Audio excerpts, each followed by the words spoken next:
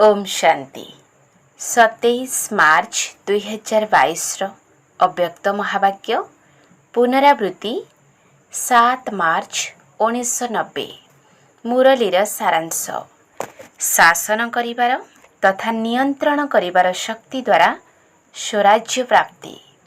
शासन करिबार तथा नियंत्रण करिबार शक्ति द्वारा स्वराज्य प्राप्ति। आजी पिल्लामानंकर स्नेही बाप दादा प्रत्येक संतान को विशेष करी दुईटी कथा आधार रे चेक करुथिले। स्नेहर प्रत्यक्ष स्वरूप हिसाब रे पिल्लामानंकु संपन्न एवं संपूर्णता हेबाको पड़िबो। तेणु प्रत्येकंक भितरे रूलिंग पावर अर्थात शासन करिबार शक्ति एवं कंट्रोलिंग पावर अर्थात नियंत्रण करिबार शक्ति केते परिमाण रे धारण हेलानी आजी ताहा देखुथिले। जेपरी शरीरर स्थूल कर्मेंद्रिय गुड़िक आत्मार नियंत्रण रे चालुछंती, जेबे इच्छा जेपरी इच्छा एवं जेउठी इच्छा सही अनुसारे से गुड़िको चलाई परिबो एवं चलाउछ मध्य। सही परी आत्मार नियंत्रण करिबार शक्ति मध्य रहिछि। जेपरी हाथ गोड़ इत्यादि स्थूल शक्ति अटे, सही परी मन बुद्धि संस्कार आत्मार सूक्ष्म शक्ति अटे। एही भली सूक्ष्म शक्ति गुड़िक उपरे नियंत्रण करिबार शक्ति अर्थात मन बुद्धि संस्कार को जेबे इच्छा जेउठी इच्छा जेपरी इच्छा जेते समय पर्यंत चाहिबो लगाई पारुथिबो। एही भली नियंत्रण करिबार एवं शासन करिबार शक्ति धारण हेलानी। काहींकिना एही ब्राह्मण जीवन रे ही तुमे माने मास्टर सर्वशक्तिवान हेउछ। एही समयर प्राप्ति सारा कल्प राज्य करिबार उपरे एवं पूजारी रूपरे मध्य कार्य करुछि। अधा कल्प पर्यंत जेतिकी विश्वर राज्यसत्ता प्राप्त करुछ अर्थात जेतिकी शक्तिशाली राज्यपद बा पूज्यपद प्राप्त हेउछि, सही अनुसारे भक्ति मार्गरे मध्य श्रेष्ठ पूजारी हेउछ। भक्ति मार्गरे मध्य श्रेष्ठ आत्मा मानकर निजर मन बुद्धि संस्कार उपरे नियंत्रण शक्ति रही थाए। भक्त मानक भितरे मध्य क्रमानुसारे शक्तिशाली भक्त थांती अर्थात जेउ इष्ट देवी बा देवतांकर भक्ति करिबा पई चाहिबे जेते समय एवं जेउ विधि द्वारा चाहिबे करि परिबे। एही भली भक्तिर फल स्वरूप भक्तिर विधि अनुसारे संतुष्टता एकाग्रता शक्ति एवं खुशी को प्राप्त करिथांती। किंतु राज्यपद एवं भक्ति उभयरे शक्ति प्राप्त करिबार आधार मध्य एही ब्राह्मण जन्म ही अटे। तेणु संगम जुगर एही गोटिए छोटिया जन्म ही सारा कल्पर सबु जन्मर आधार। जेपरी राज्य करिबारे तुमे माने विशेष आत्मा अट, सेहीपरि विशेष भक्त मध्य अट, साधारण नुही। भक्तमालारे थिबा भक्त माने अलगा, किंतु तुमे माने निजे पूज्य निजे पूजारी हेउथिबा आत्मा मानकर भक्ति मध्य विशेष अटे। तेणु आजी बाप दादा पिला मानकर एही मूल आधार जन्म को देखुथिले। आदि ठारू वर्तमान पर्यंत ब्राह्मण जीवन रे रूलिंग पावर एवं कंट्रोलिंग पावर सर्वदा केते प्रतिशत हिसाब रे रहिछि। एथिरे प्रथमे निजर सूक्ष्म शक्ति गुड़िकर रेजल्ट अर्थात फलाफल को चेक कर। सेथिरे कौन देखा जाउछि? जदि एही विशेष तीनोटी शक्ति मन बुद्धि संस्कार उपरे कंट्रोल अछि तेबे स्वराज्य अधिकारी बोली कुहाजिबो।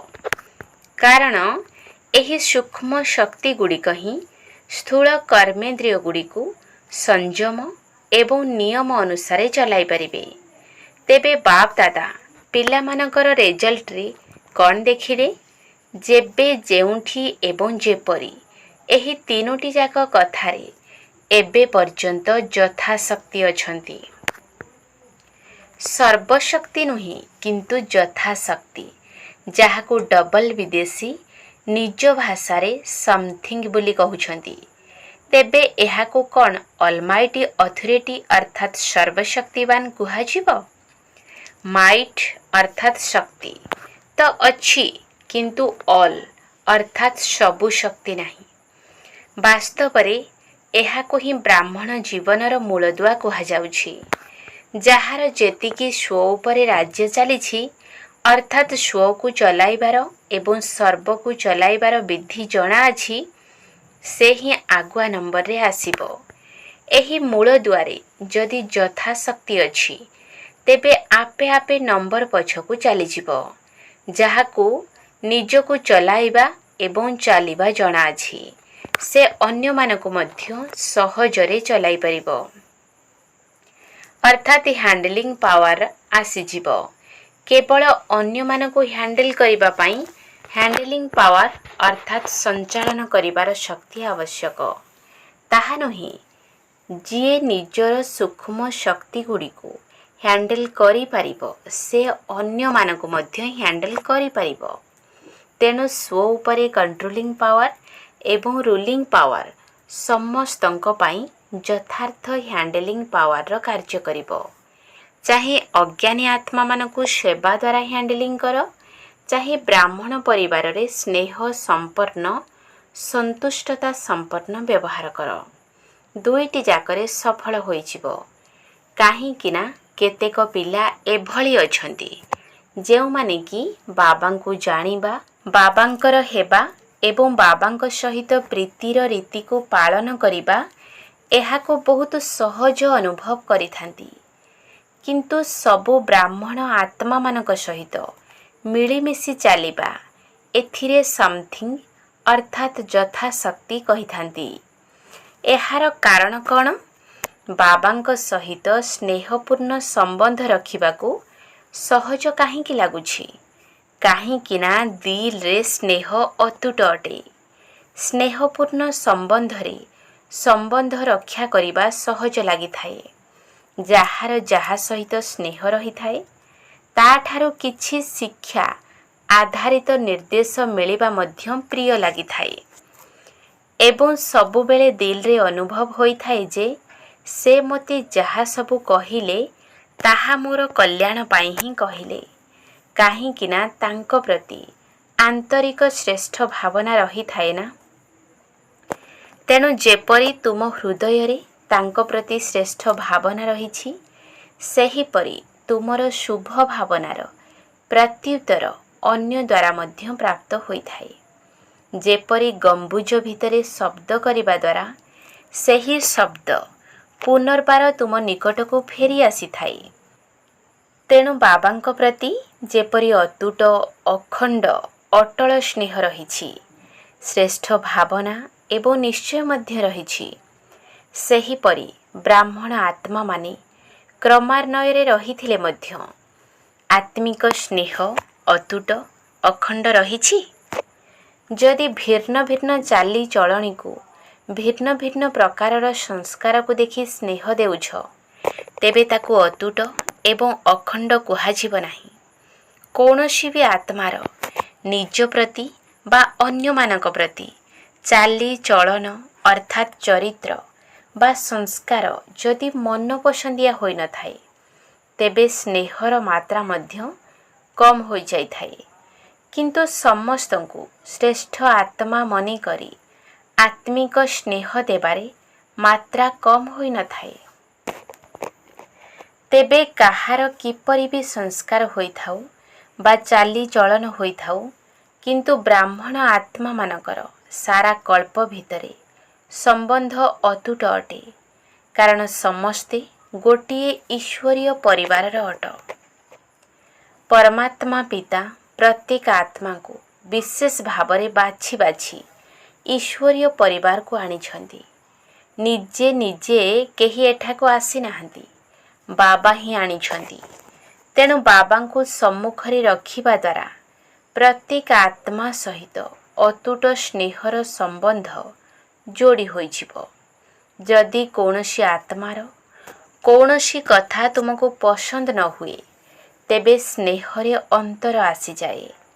तेणु सही समय रे बुद्धि रे एही कथा रख जे एही आत्मा को बाबा ही पसंद करिछंती, जहांक भितरे निश्चित कौनसी विशेषता रहिछि, सेथिपाई बाबा पसंद करिछंती।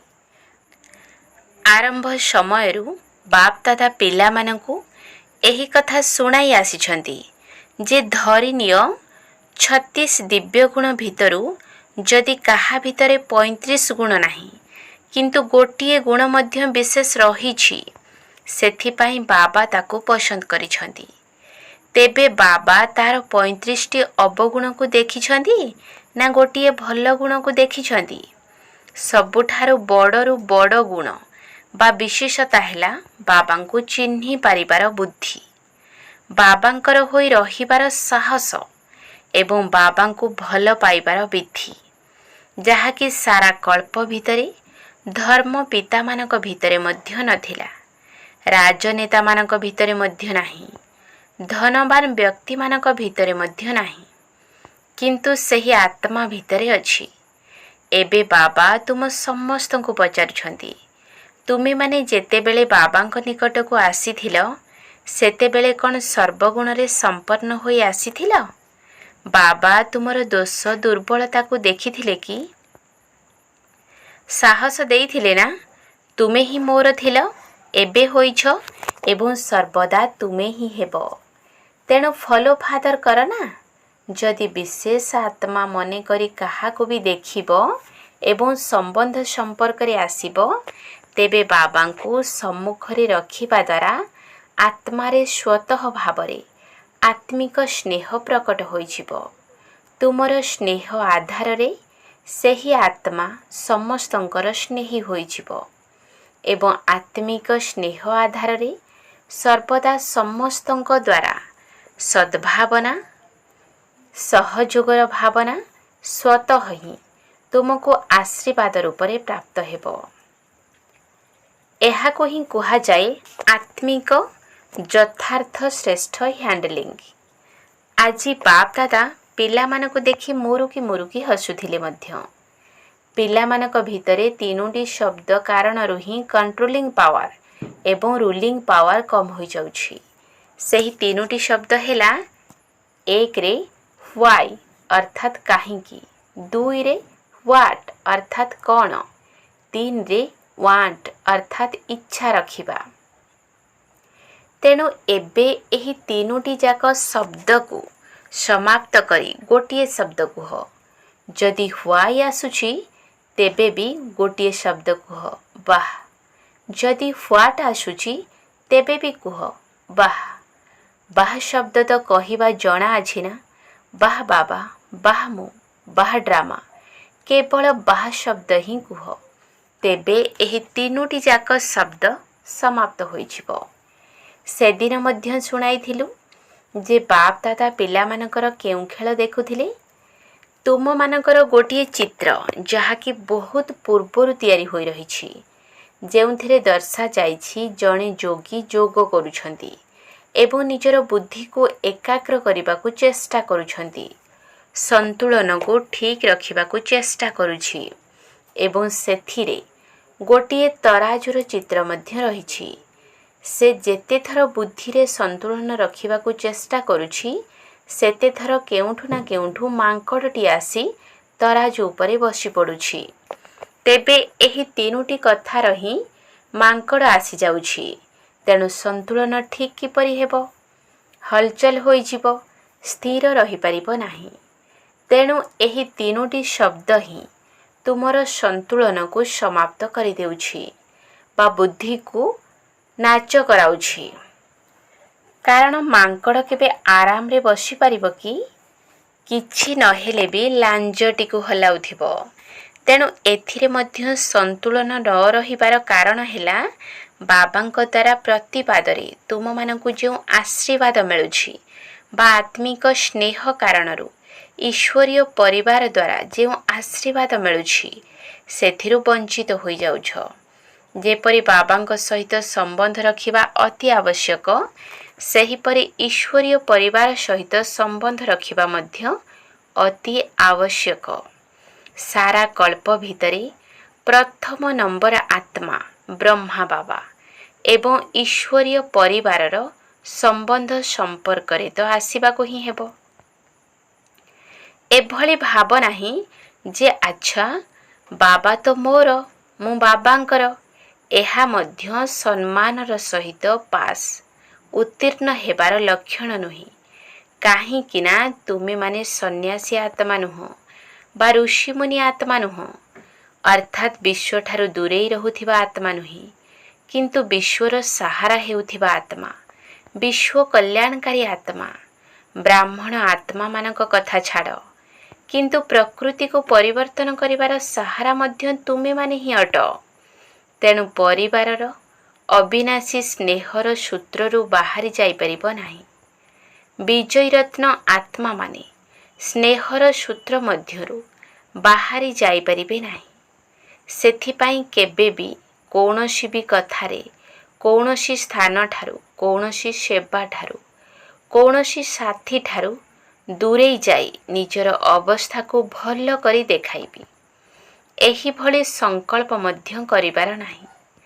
କେହି କେହି କହୁଛନ୍ତି ନା, ମୁଁ ଏହାଙ୍କ ସହିତ ଚାଲିପାରିବି ନାହିଁ, ତାଙ୍କ ସହିତ ଚାଲିବି, ଏହି ସ୍ଥାନରେ ମୋର ଉନ୍ନତି ହୋଇପାରିବ ନାହିଁ, ଅନ୍ୟ ସ୍ଥାନକୁ ଚାଲିଗଲେ ହେବ। ଏହି ସେବାରେ ବିଘ୍ନ ଆସୁଛି, ଅନ୍ୟ ସେବା ଦେଲେ ଭଲ କରିବି, ଏସବୁ ହେଲା ଦୂରେଇ ରହିବାର କଥା। ଯଦି ଥରେ ମଧ୍ୟ ଏହିଭଳି ଅଭ୍ୟାସ କରିଦେଲ, ତେବେ ଏହି ଅଭ୍ୟାସ ତୁମକୁ କେଉଁଠି ବି ତିଷ୍ଠିବାକୁ ଦେବ ନାହିଁ, ବୁଦ୍ଧିକୁ ଏକାଗ୍ର ରହିବାକୁ ଦେବ ନାହିଁ। କାହିଁକି ନା ବୁଦ୍ଧିକୁ ବଦଳିବାର ଅଭ୍ୟାସ ହୋଇଗଲା। ଏହାକୁ ମଧ୍ୟ ଦୁର୍ବଳତାରେ ଗଣାଯିବ, ଉନ୍ନତିରେ ନୁହେଁ।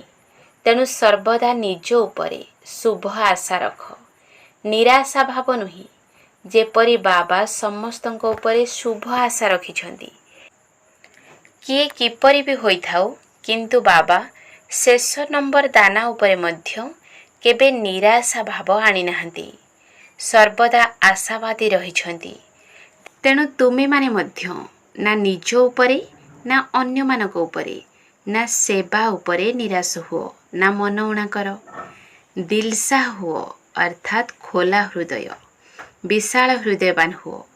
କୌଣସି ବି ଦୁର୍ବଳ ସଂସ୍କାରକୁ ଧାରଣ କରା ନାହିଁ।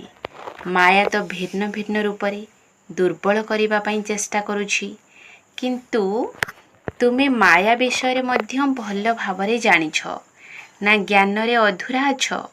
ଏକଥା ମଧ୍ୟ ମନେ ରଖ ଯେ ମାୟା ନୂଆ ନୂଆ ରୂପ ଧାରଣ କରି ଆସୁଛି, ପୁରୁଣା ରୂପରେ ନୁହେଁ। କାହିଁକି ନା ସେ ମଧ୍ୟ ଜାଣିଛି ଯେ ଇଏ ମୋତେ ଚିହ୍ନି ଦେବେ। କଥା ତ ସବୁ ସେହିଭଳି ହିଁ ହୋଇଥାଏ, କିନ୍ତୁ ମାୟା ନୂଆ ରୂପ ଧାରଣ କରି ଆସିଥାଏ। ବୁଝିଲ? ଟିଚର ମାନେ ମାୟା ବିଷୟରେ ସମ୍ପୂର୍ଣ୍ଣ ଜ୍ଞାନୀ ଅଟ। କେବଳ ଜ୍ଞାନୀ ନୁହେଁ, କିନ୍ତୁ ସମ୍ପୂର୍ଣ୍ଣ ଜ୍ଞାନୀ। କେବଳ ଏହି କଥା ଭାବ ନାହିଁ ଯେ ବାବାଙ୍କୁ ତ ଚିହ୍ନି ଯାଇଛୁ, କିନ୍ତୁ ମାୟାକୁ ମଧ୍ୟ ଚିହ୍ନିବାର ଅଛି। ଏବେ ସମସ୍ତେ ବନ୍ଧନରେ ବାନ୍ଧି ହୋଇଯାଇଛ ନା କଷ୍ଟିଆ ଲାଗୁଛି? ବନ୍ଧନ ମିଠା ଲାଗୁଛି ନା ଟିକିଏ ମୁସ୍କିଲ ଲାଗୁଛି? ଭାବୁଛ ଏଠାରେ ତ ବହୁତ ମରିବାକୁ ପଡ଼ିବ। ବାବାଙ୍କର ତ ହୋଇଯାଇଛୁ, ତେଣୁ ଏକଥା ମଧ୍ୟ କରିବାକୁ ହେବ, ସେ କଥା ମଧ୍ୟ କରିବାକୁ ହେବ। କେତେ ଏବେ କରିବୁ? ଯଦି ଏସବୁ ଜାଣିଥାନ୍ତି ତେବେ ଆସି ହିଁ ନଥାନ୍ତି। ଏହିଭଳି ସଂକଳ୍ପ ଆସୁଛି କାରଣ ଯେଉଁଠି ସ୍ନେହ ଅଛି ସେଠାରେ କୌଣସି କଥା ମୁସ୍କିଲ ନୁହେଁ। ସ୍ନେହ ଥିବା କାରଣରୁ ପତଙ୍ଗଟିଏ ମଧ୍ୟ ଦୀପଶିଖା ଉପରେ ଆତ୍ମହୂତି ଦେଇଦେଉଛି। ତେବେ ତୁମେ ଶ୍ରେଷ୍ଠ ଆତ୍ମାମାନେ ପରମାତ୍ମାଙ୍କର ସ୍ନେହ ପାଇବା ପରେ ମଧ୍ୟ ମୁସ୍କିଲର ଅନୁଭବ କରିପାରୁଛ। ଯେବେ କି ପତଙ୍ଗଟିଏ ମଧ୍ୟ ନିଜକୁ ସ୍ୱାହା କରିଦେଇ ପାରୁଛି, କିନ୍ତୁ ପରମାତ୍ମା ସ୍ନେହୀ ପିଲାମାନେ କ'ଣ ନ କରିପାରିବ? ଯେଉଁ ସମୟରେ ମୁସ୍କିଲର ଅନୁଭବ ହେଉଛି, ସେହି ସମୟରେ ନିଶ୍ଚିତ ଭାବରେ ସ୍ନେହର ପରିମାଣରେ ଅନ୍ତର ଆସିଯାଇଛି। ସେଥିପାଇଁ କିଛି ସମୟ ପାଇଁ ମୁସ୍କିଲର ଅନୁଭବ ହେଉଛି। ଯଦି ପ୍ରକୃତରେ କଷ୍ଟକର କାମ ହୋଇଥାନ୍ତା ତେବେ ସବୁ ସମୟରେ କଷ୍ଟକର ଲାଗିବା ଦରକାର। କେବେ କେବେ କାହିଁକି ଲାଗୁଛି? ପରମାତ୍ମା ପିତା ଏବଂ ତୁମ ଭିତରେ କୌଣସି କଥା ଆସିଯାଉଛି, ସେଥିପାଇଁ ହିଁ ମୁସ୍କିଲ ହୋଇଯାଉଛି ଏବଂ ସ୍ନେହର ମାତ୍ରାରେ ଅନ୍ତର ଆସିଯାଉଛି।